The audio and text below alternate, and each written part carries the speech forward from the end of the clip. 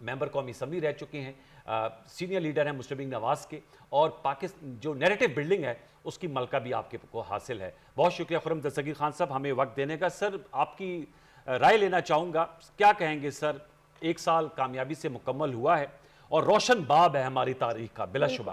ایک گولڈن جسے کہتے ہیں نا ورڈ سے, اس حوالے سے ہم اس کو یاد رکھیں گے, اور اس کے بڑے زبردست نتائج و ثمرات بھی پاکستان کے لیے آئے ہیں. اسپیشلی ڈپلومیٹک سٹیج پہ ہم ورلڈ لیول پہ اب جو ہے وہ پاکستان نظروں میں ہے. اور آج بھی وزیر اعظم صاحب کہہ رہے تھے کہ ایران اور امریکہ کو 1979 کے بعد ہم نے آمنے سامنے بیٹھا, اسلام آباد ٹاکس جو ہوئی یہاں وفاقی دارالحکومت میں, اور انہوں نے کہا کہ ہمیں ایکنالجمنٹ مل رہی ہے مڈل ایسٹ میں, امریکہ میں, پوری دنیا میں, کہ ہم اب اس ریجن کے نیٹ سیکیورٹی سٹیبلائزر بنتے دکھائی دے رہے ہیں. کیا کہیں گے خرم صاحب؟ صاحب, پاکستان کے لیے پچھلا 1 سال تھا, الحمدللہ میں اللہ کا بہت شکر ادا کرنا, ایک معجزاتی سال تھا سفارتی کامیابیوں کے حوالے سے, ہماری خارجہ پالیسی کے حوالے سے. لیکن سب سے بڑی جو کامیابی میرے ذہن میں ہے ایک عوامی نمائندہ ہونے کے ناطے, وہ یہ ہے کہ پاکستانی قوم کا اپنی مٹی پر, اپنی قیادت پر,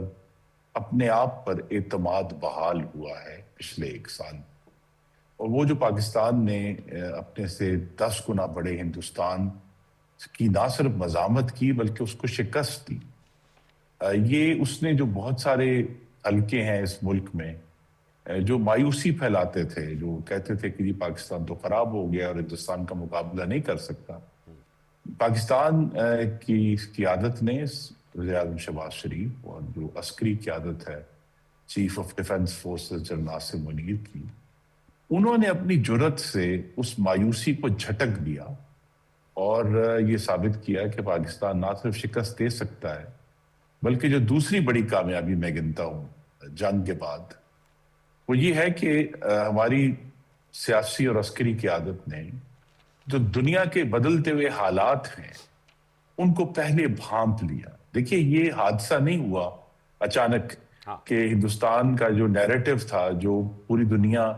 بغیر سوچے سمجھے جو ہے وہ سمجھے خرید لیتی تھی اور کہتے تھے جی ہندوستان ٹھیک کہہ رہا ہے, جب بھی وہ پاکستان کے اوپر اس طرح کی الزام تراشی کرتا تھا. لیکن ہندوستان کو یہ اندازہ نہیں ہوا, پاکستان کو یہ اندازہ تھا کہ 2021 میں افغانستان سے امریکی انخلا کے بعد دنیا اب ہندوستان کا جو فنگر پوائنٹنگ ہے کہ جی پاکستان دہشت گرد ہے, وہ اب بلا سوچے سمجھے ایکسپٹ کرنے کے لیے تیار نہیں ہے, اور انہوں نے نہیں کیا. اور انہوں نے پوری دنیا, یہ پہلی دفعہ ہوا ہے, اور یہ جو آپ انٹروڈکشن میں بالکل درست پوائنٹ آؤٹ کیا کہ چاہے پہلگام ہو, اس سے پہلے پلوامہ ہو, یا اڑی ہو, یا پٹھان کوٹ ہو, جتنے بھی یہ واقعات ہوئے ہیں آج تک ہندوستان کسی بھی اپنے بین الاقوامی فورم پر یہ ثبوت نہیں پیش کر سکا کہ ان واقعات کا کوئی بھی تعلق پاکستان سے تھا. یہ صرف ایک وجہ تھے ہندوستان کے پاکستان پر حملہ آور ہونے کے. 2019 میں بھی یہ ہوا, اور 19 میں جب ہندوستان کو شکست ہوئی, اسی طرح جب فلائٹ لیفٹیننٹ ابھینندن کو ہم نے پکڑ لیا, تو اس کے بعد آپ کو یاد ہوگا کہ پرائم منسٹر مودی نے کہا کہ مجھے تو بہتر جہاز چاہیے, اور ہمارے پاس رافیل ہوتے تو ہم جیت جاتے.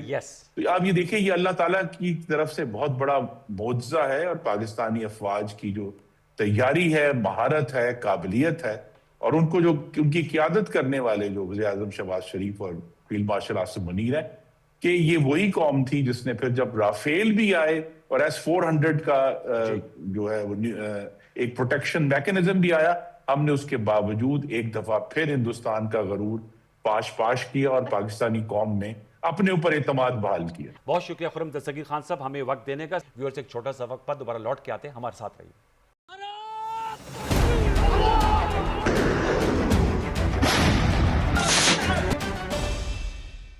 ویلکم بیک ویورز, ایک دفعہ پھر آپ کو خوش آمدید. جنہوں نے پاکستان ٹیلی ویژن نیوز ابھی ٹیون ان کیا ہے, ہماری اسپیشل ٹرانسمیشن ہو رہی ہے مارکہ حق کے 1 سال مکمل ہونے کے حوالے سے, اور ہم ابھی جوائن کیا ہے ویری آنریبل رضوان سعید شیخ صاحب نے. آپ پاکستان کے امریکہ میں سفیر ہیں, امریکہ سے ہمارے ساتھ اس وقت وایا زوم موجود ہیں. سر بہت شکریہ نوازش. رضوان صاحب پرام کی جو مارکہ حق آپریشن بنیاد المرصوص کے والے صاحب ہماری اسپیشل ٹرانسمیشن میں آپ کو خوش آمدید کہیں گے. آپ کا سر بڑا زبردست کردار رہا اور میں نے آپ کو فالو بھی کرتے رہے ہم لوگ. امریکی میڈیا میں بھی آپ نے پاکستان کا نقطہ نظر، پاکستان کا بیانیہ اس جنگ کے تناظر میں زبردست انداز میں پیش کیا، اور ہم ڈسکس کر رہے ہیں کہ 1 سال 1 ایئر ڈاؤن دا لائن جو اس کے کانسیکوینسز سامنے آئے ہیں، اسپیشلی سفارتی سطح پہ پاکستان کا قد بہت بڑا ہے. اتنا ماشاءاللہ بڑھ گیا ہے کہ اب ایران اور امریکہ کے درمیان جو بہت زیادہ فاصلے ہیں، بلکہ جنگ تھی، اس جنگ میں عارضی سیز فائر، پھر اسلام آباد ٹاکس، اور اب جو ہے دوبارہ بات چیت کے امکانات کے بڑھنے کے حوالے سے اور سیز فائر کو مستقل جنگ بندی میں بدلنے کے حوالے سے بھی حتمی پیش رفت کی طرف بڑھ رہے ہیں. رضوان صاحب کیا کہیں گے؟ سر پہلے تو اپنے تھاٹس ہمارے ویورز کا شیئر کیجئے گا، اور پاکستان کی جو ڈپلومیٹک کلائم ہے اس کو آپ کیسے ڈیفائن کریں گے؟ جی بسم اللہ الرحمن الرحیم. بہت شکریہ انوار صاحب اپنے پروگرام پہ لینے کا، اور مجھے یہ سمجھ دی گئی ہے کہ یہ مارکہ حق کی ایک ٹرانسمیشن ہے، سر اس کی یاد تازہ کرنے کے لیے 1 سال مکمل ہونے پر، جس میں آپ نے مجھے شمولیت کا موقع فراہم کیا ہے. تو جیسا کہ آپ نے خود بھی اس جانب اشارہ کیا کہ مارکہ حق کے نتیجے میں پاکستان کی جو ایک دفاعی صلاحیت ہے وہ تو دنیا پر واضح ہوئی ہے، اور نہ صرف اس طرح واضح ہوئی ہے کہ اس نے ایک جو ہے وہ دندان شکن جواب دیا اس جارحیت کا جو بلا وجہ ہم پہ مسلط کی گئی، اور جس کا ثبوت جو ہے وہ آج تک ہم بھی اور دنیا بھی اس کے انتظار میں ہے کہ فراہم کیا جائے گا، اور نہیں کیا گیا. لیکن جو اہم بات یہ سامنے آئی کہ پاکستان خطے میں ایک اپنی دفاعی صلاحیت کے بلبوتے پر، اپنی سفارتی صلاحیت کے بلبوتے پر، اپنی سیاسی حکمت عملی کے بلبوتے پر، اپنے سیاسی تدبر جو ہماری قیادت نے، سول اور فوجی قیادت نے جو دکھایا، اس کے بلبوتے پر خطے میں استحکام کے ایک عامل کے طور پر ابھرا ہے. اور یہ سب سے اہم اور جو نتیجہ خیز چیز رہی ہے وہ یہ ہے، اور 1 سال ہونے کو آیا ہے، اور آج بھی اس کی فصل جو ہے وہ نہ صرف ہم کاٹ رہے ہیں بلکہ جاری ہے اور جاری رہے گی، کیونکہ پاکستان کی قدر و منزلت میں بین الاقوامی سطح پر ایک اضافہ ہوا ہے. کیونکہ جس پختگی کا ہم نے مظاہرہ کیا اس پوری جو واقعات کا ایک تسلسل تھا اس کے دوران، کہ پہلگام کا ایک واقعہ ہوا، ہم فوراً ہی ایک جو ہے وہ تحقیقاتی رپورٹ جو ہے وہ دائر کر کے، اور اس میں پاکستان پہ الزام دھر دیا گیا، اور بغیر کسی تفتیش کے، بغیر کسی ثبوت کے، اور اس کے بعد جو ہے مسلسل طبل جنگ بجایا گیا ان کے ذرائع ابلاغ کی جانب سے. کچھ عجیب و غریب نہ صرف باتیں کی گئیں بلکہ باقاعدہ طور پر اسکرین پر اگر آپ یاد کیجئے تو اچھے خاصے سنجیدہ بظاہر لگنے والے لوگوں نے کچھ قلہ بازیاں لگا کر دکھائی، لفظی بھی اور یعنی جو باقاعدہ دیدنی بھی. تو اس کے بعد پاکستان یہ سمجھاتا رہا کہ جی کسی مہم جوئی کی گنجائش نہیں ہے ایک ایسے علاقے میں جو جوہری صلاحیت کا حامل ہے. لیکن پھر جب ہم پر جارحیت مسلط کی گئی اور ہماری معصوم جانوں کو نشانہ بنایا گیا، جس میں بچے بوڑھے شامل تھے، یہ کہہ کر کہ کوئی دہشت گردی کا کوئی مرکز ہے جس پہ حملہ کیا جا رہا ہے، اور اس پورے 88 گھنٹے کے دوران کچھ ایسی جگہ، مثلا وہاں پہ ایک کرکٹ کے میدان کو نشانہ بنایا گیا، جہاں پہ آپ کون سوچ سکتا ہے کہ دہشت گردی کا کوئی بھی مرکز کسی کرکٹ میدان پہ ہو سکتا ہے، اور کوئی تماشائی اس کو دیکھنے آئے ہوئے ہوں گے اسٹیڈیم کے اندر. تو خاصی مضحکہ خیز صورتحال پیدا کی گئی. لیکن اس میں معذرت چاہوں گا، پاکستان نے خاصی سیاسی پختگی کا مظاہرہ کیا، عسکری پختگی کا مظاہرہ کیا پاکستان نے، اور اس کی وجہ سے ہمارے وقار میں، ہماری سفارتی ساکھ میں، ہماری سیاسی ساکھ میں، ہماری قومی ساکھ میں اضافہ. اچھا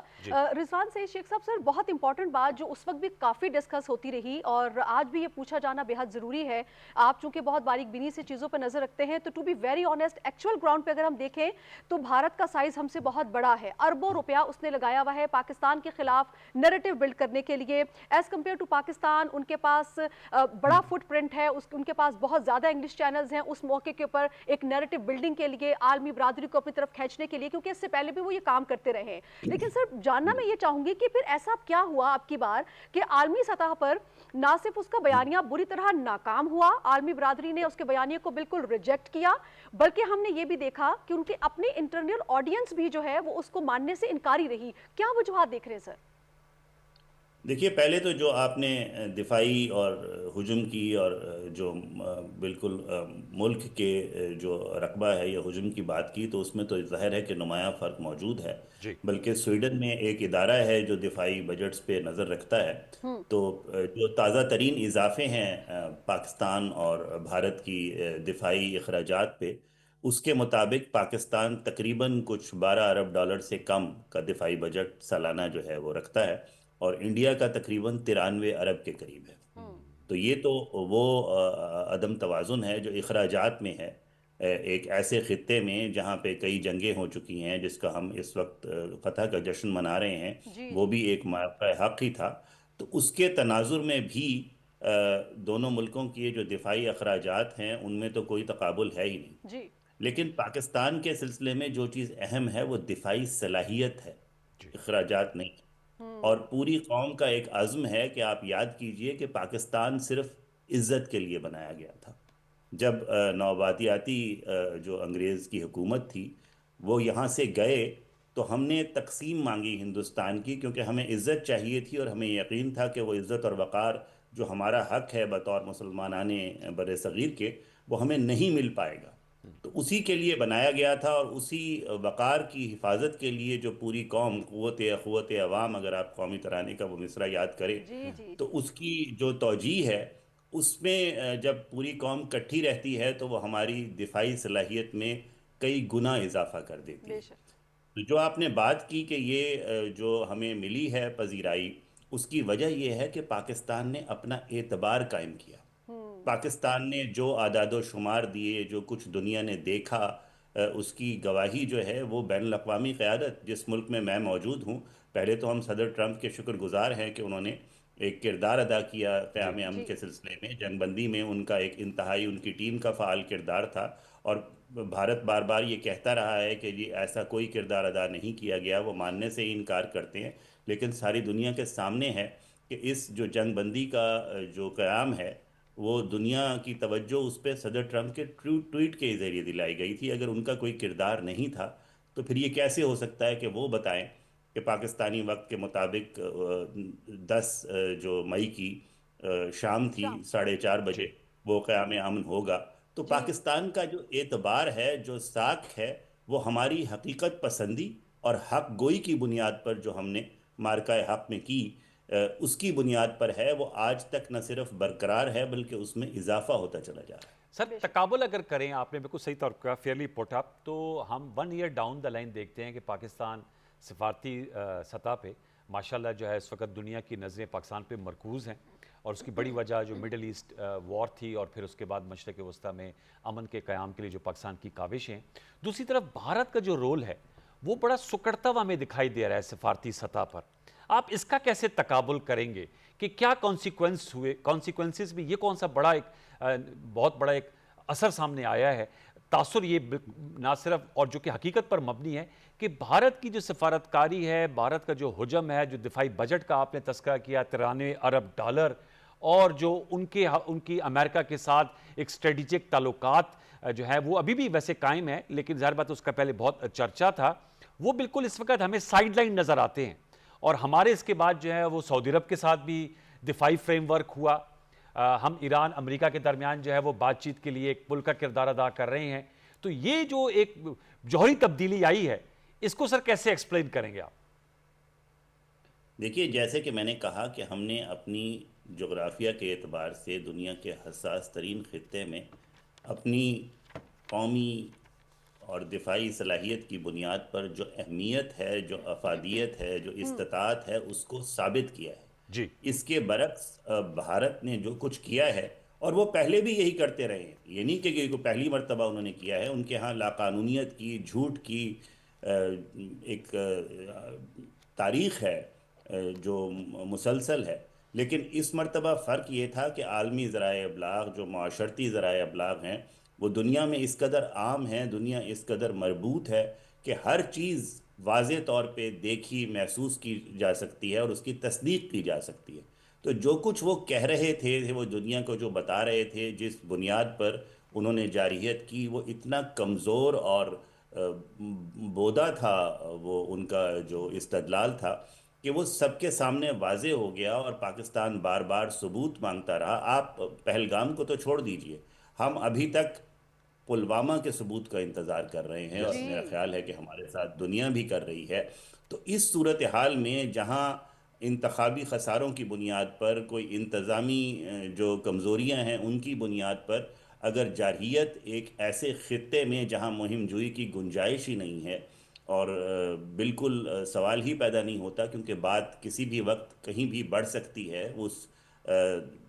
اس عسکری جو تاریخ ہے اس کے تناظر میں خاص کر، اور جو مخاصمت ایک مخالفت کا جو ایک پس منظر ہے اس کے تناظر میں بڑھ سکتی ہے، تو اس میں تو گنجائش ہی نہیں ہے۔ لیکن ایک ملک اگر بار بار یہ دنیا کو دکھائے گا کہ وہ جارحیت کا ارتکاب کر سکتا ہے، اور بیرونی حساب سے اپنے داخلی معاملات سے جو ہے ان کی کمزوریوں سے دنیا کی نظر ہٹانے کے لیے، تو پھر ظاہر ہے کہ اس کی ساکھ تو متاثر ہوگی، اور میرا خیال ہے کہ وہی ہوا ہے۔ سر ایک اور اہم نکتہ، آج صدر مملکت نے اپنی تقریر میں کہا کہ جو ہمارے آبی وسائل ہیں ان کے تحفظ کو یقینی بنایا جائے گا۔ فالس فلیگ آپریشن پہلگام کے بعد انہوں نے انڈس واٹر ٹریٹی کو ہیلڈ ان ابینس میں رکھ دیا، یعنی کہ معطل کر رکھا ہے، اور وہ ابھی تک معطل ہے، اور ہم دیکھ رہے ہیں کہ اس دوران ایک سال میں انہوں نے آبی جارحیت کرنے کی بھی کوشش کی۔ پاکستان کی جانب سے کلیئرلی کہا گیا ہے کہ یہ ریڈ لائن ہے اور یہ ایکٹ آف وار تصور کی جائے گی۔ کس طرح آپ دیکھ رہے ہیں ہمارے سفارتی تعلقات بھی بالکل اس وقت آلموسٹ ختم ہی ہیں، سسپینڈڈ ہی ہیں بھارت کے ساتھ، چاہے تجارت ہے، چاہے کمیونیکیشن کے چینلز ہیں، سیز فائر البتہ موجود ہے ڈی جی ایم اوز کے درمیان۔ تو how do you see it? اب آنے والے سالوں میں، دنوں میں، یہ ان تعلقات کو کیا دوبارہ سے کوئی آپ کو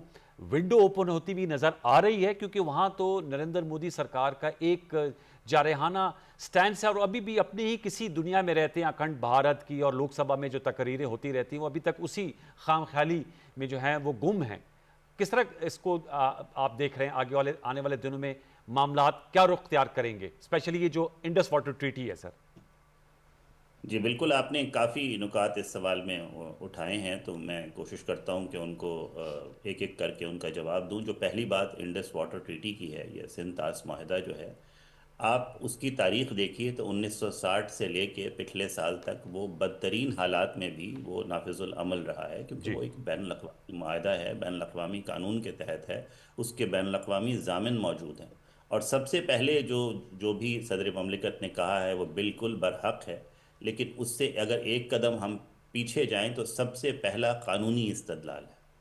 دیکھیے وہ جو معاہدہ ہے اس کے اندر کوئی ایسی شق موجود ہی نہیں ہے جس کے تحت اس کو ہیلڈ ان ابینس کر دیا جائے۔ یہ ایک اہم نقطہ ہے اور مد نظر رکھنا چاہیے کہ ایسا کچھ اس معاہدے کے اندر موجود نہیں ہے۔ اس کے اندر جو عالمی بینک ہے اس کو ایک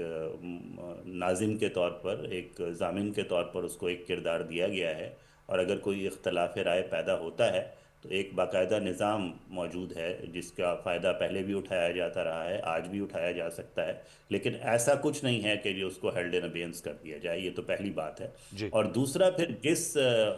جو جارحیت کے تناظر میں اور جس جارحانہ حکمت عملی کے تحت یہ اعلانات بھی کیے گئے کہ جی پاکستان کا پانی بند کر دیا جائے گا، تو میرا خیال ہے کہ یہ تو ایک خاصی ایک مغرور قسم کی ایک حکمت عملی ہے، اور اس قسم کے بیانات ہیں، اور یہ مکاری اور لاقانونیت کا، جیسے میں نے بتایا ہے، کہ ایک تسلسل ہے جس کا بھارت نے ہمیشہ ارتکاب کیا ہے، لیکن جیسا کہ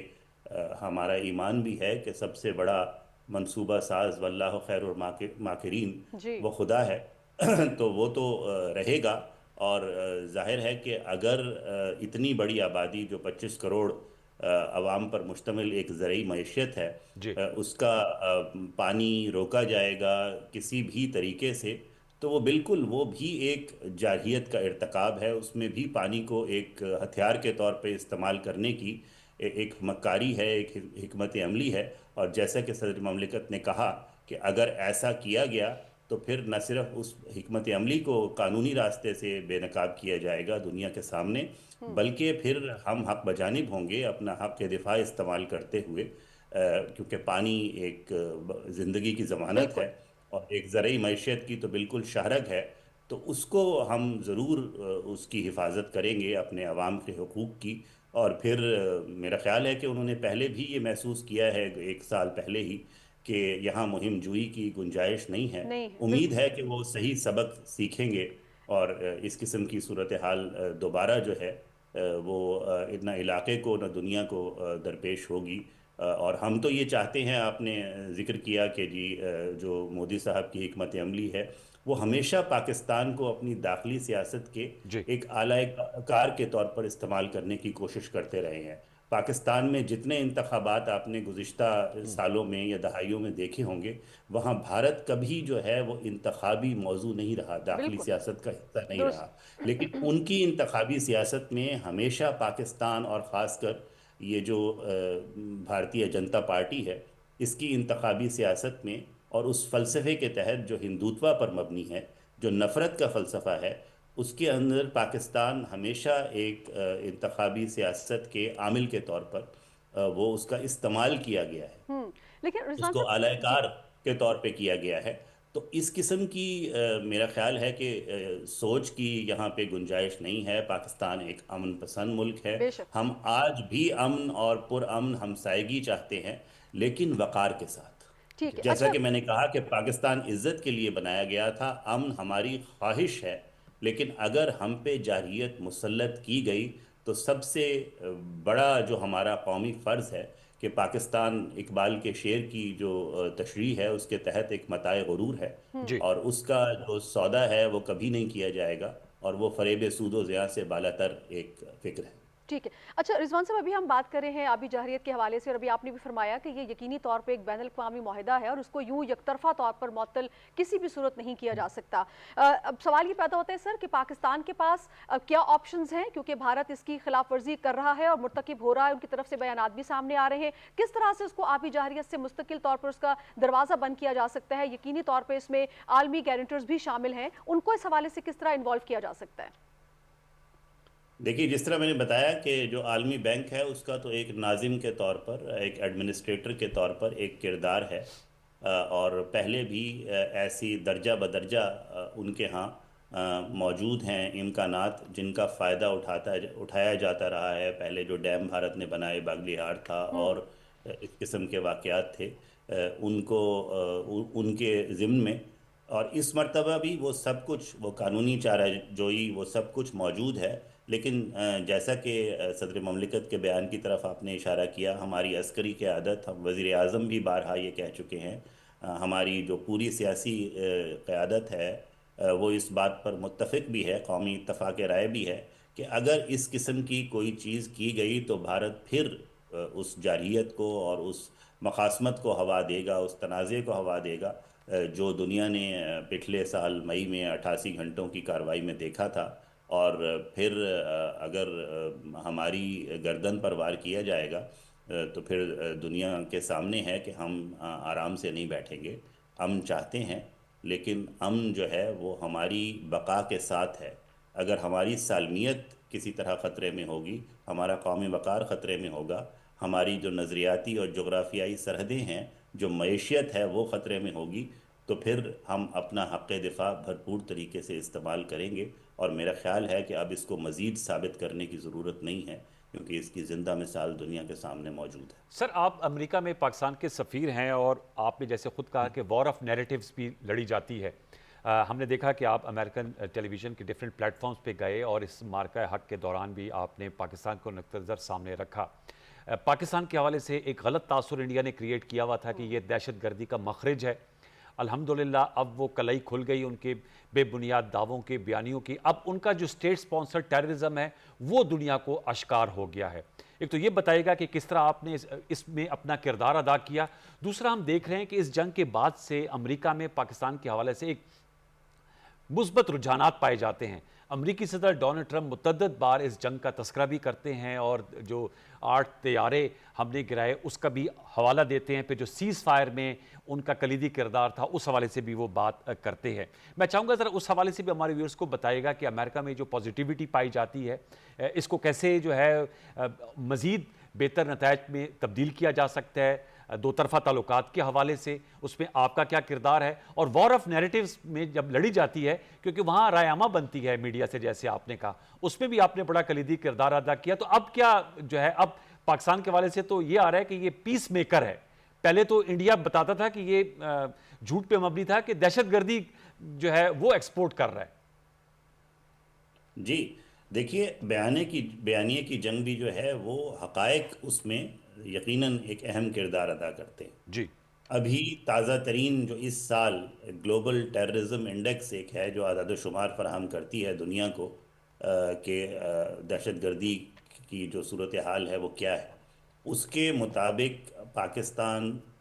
گزشتہ سال کے حقائق، واقعات اور اعداد و شمار کے تناظر میں دنیا میں دہشت گردی سے متاثرہ سب سے بڑا ملک ہے۔ تو یہ تو حقیقت ہے اور یہ بیانیے میں کارآمد ہے اور ایک معاون کا کردار ادا کرتی ہے، اور اسی قسم کے حقائق کو یہاں پہ جو میں امریکہ میں سفیر ہوں اور میرے دیگر رفقائے کار جو باقی ممالک میں ہیں، وہ انہی حقائق کو دنیا کے سامنے پیش کرتے ہیں، اور جس طرح پچھلے سال ثبوت مانگا گیا، جو الزام لگایا گیا تھا اس کا، وہ بھی بیانیے کا ایک حصہ بنتا ہے۔ تو یہ سارے نکات جو ہیں جو حقائق پر مبنی ہیں، جو دنیا جن کی واضح طور پر تصدیق کر سکتی ہے، بلکہ ہر شہری کر سکتا ہے آج کل، تو ہر باسی جو ہے اس قرۂ ارض کا وہ کر سکتا ہے، تو ان کی بنیاد پر یہ بیانیہ کیونکہ ترتیب دیا گیا ہے، اور بھارتی جھوٹ جو ہے وہ ان کے ذرائع ابلاغ کے ذریعے جو پھیلائے گئے مضحکہ خیز انداز میں کہ کوئی انہوں نے لاہور کی بندرگاہ پر قبضہ کر لیا ہے اور یہ ہو گیا ہے، اور وہ جو بھی وہ کچھ کہتے رہے، وہ بھی اس میں ظاہر ہے کہ اس کا ایک کردار ہے کہ ایک طرف حقائق بیان کیے جا رہے ہیں، حقائق پر مبنی نقطہ نظر اس کی ترویج کی جا رہی ہے سفارتکاری کے ذریعے، اور اسی کے بنیاد پر جو ہے وہ اپنا بیانیہ نہ صرف بنایا جا رہا ہے بلکہ عملی اقدامات بھی اسی تناظر میں ہیں۔ تو وہ پاکستان اور بھارت کا یہ جو تقابلی جائزہ ہے یہ دنیا کے سامنے تھا، یہ امریکہ میں بھی دیکھا گیا، آپ نے پہلے بھی ذکر کیا کہ بھارت جو ہے اس کی اور امریکہ کی ایک تصویراتی شراکت داری ہے، وہ موجود ہے، لیکن حقائق سے روگردانی کرنا، حقائق سے پہلو تہی کرنا ممکن نہیں ہے آج کل کی دنیا میں۔ تو اسی بنیاد پر جو صدر ٹرمپ کے بیانات ہیں، ان کی باقی قیادت کے بیانات ہیں، اور ہماری یہ کوشش ہے کہ ہم یہ کہنے کی کوشش کر رہے ہیں اس جنگ سے یا اس مارکے سے ہٹ کر بھی، جب سے میں یہاں آیا ہوں، کہ پاکستان دنیا کی 5ویں بڑی آبادی ہے، اس وقت امریکہ دنیا کی 3ری بڑی آبادی ہے، تو 2 بڑی آبادیوں کے درمیان جو تعلقات ہیں وہ کوئی انتخابی معاملہ نہیں ہے کہ آپشن ہو کہ یہ کرنا چاہیے یا نہیں کرنا چاہیے، وہ ایک لازمی امر ہے، اور ہمیں کسی دوسرے یا تیسرے ملک سے ہٹ کر اپنا ایک تعلق قائم کرنا ہے، اور نہ صرف یہ کہ اس کے پہلے سے جو ہم کہہ رہے تھے اس کے تناظر میں، بلکہ خاص کر مارکہ حق کے تناظر میں اور پچھلے گزشتہ 1 سال میں ہمارے بیانیے کو جو حقائق، ایک صحیح حقائق کے تجزیے اور اس کے بعد جو ایک واضح سفارتی حکمت عملی کی بنیاد پر بنایا گیا تھا، اور جس پہ میں تو امریکہ میں ہوں، باقی جیسا کہ میں نے کہا کہ میرے رفقائے کار پوری دنیا میں اس کی ترویج کر رہے ہیں، اس کی بنیاد پر یہاں بھی اور اقوام عالم میں بھی اس کو ایک پذیرائی ملی ہے، اور امید ہے کہ ہم اس میں اسی حکمت عملی پر، حق گوئی پر ثابت قدم رہتے ہوئے مزید اس کا فائدہ اٹھائیں گے۔ ہمارے ساتھ بہت بڑا ایک ڈیسپورا رہتا ہے امریکہ میں، اور میرے کچھ جان پہچان والے بھی تھے، وہ کہہ رہے ہیں اب گرین پاسپورٹ کی بڑی زیادہ عزت امریکہ میں بڑی قدر کی نگاہ سے دیکھا جا رہا ہے۔ تو میں اس لیے آپ سے کہنا چاہوں گا کہ یہ بھی بیانیہ بنتا ہے کہ ہمارا پاسپورٹ کی کیا ورتھ ہے۔ اب وہ کہا کہ ایک تو مارکہ حق میں پاکستان نے اپنے جوہر دکھائے، اور دوسرا یہ جو میں نے کہا مشرق وسطیٰ میں پاکستان ایک پیس میکر کے طور پہ بہت بڑی ایک امریکہ کی جو جرنلسٹک کور بھی یہاں موجود تھی، اور اسلام آباد ٹاکس انہوں نے کور بھی کی، تو میں چاہوں گا اس پہ بھی ذرا روشنی ڈالے گا۔ جو گرین پاسپورٹ ہے اس کی ماشاءاللہ اب اس میں کافی ان کا عزت افزائی بھی ہمیں ملتی ہے، ریکگنائز کیا جاتا ہے، ایک ریکگنیشن مل رہی ہے۔ جی بالکل مل رہی ہے، اور اس قسم کے کئی واقعات میرے ذاتی تجربے میں۔ اچھا بھی کل شام ہی میں نیو جرسی میں جو پاکستانی ڈاکٹروں کی تنظیم ہے اپنا، جی اس جی کی ایک جو موسم بہار کا اجلاس ہے اس میں شرکت میں نے کی، تو وہاں پہ تقریباً انفرادی طور پر لوگوں نے آ کے، ایک بڑی تعداد نے جو وہاں موجود تھی، اس خوشی کا اظہار کیا کہ پاکستان کے قومی وقار میں اضافہ ہوا ہے۔ بلکہ ایک صاحب نے تو یہاں تک مجھ سے کچھ دن پہلے ذکر کیا، یہ کل کے واقعے سے متعلق نہیں ہے، کل کی تقریب سے، کہ میں ہمیشہ پہلے وہ یہاں پہ خاصے کامیاب پاکستانی ہیں کہ اپنے آپ کو میں متعارف کراتا تھا اس طرح کہ جی میں کینیا میں پیدا ہوا ہوں اور پاکستان میں پلا بڑھا ہوں۔ یہ جی انہوں نے مجھے خود بتایا کہ لیکن گزشتہ ایک ماہ سے میں پورے وثوق کے ساتھ اور پورے اعتماد کے ساتھ اپنا تعارف اس طرح کراتا ہوں کہ میں پاکستانی ہوں۔ میں یس پچھلے دنوں ہیوسٹن گیا تھا، تو وہاں جب ایک یہاں پہ جو سفارتی پروٹوکول ہے اس کے تحت جو صاحب مجھے یہاں کی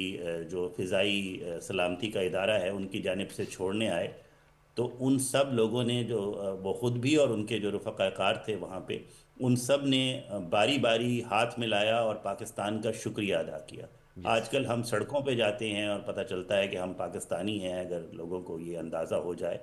تو عوام آ کے شکریہ ادا کرتے ہیں کہ پاکستان جو کردار ادا کر رہا ہے ہم اس کے لیے بہت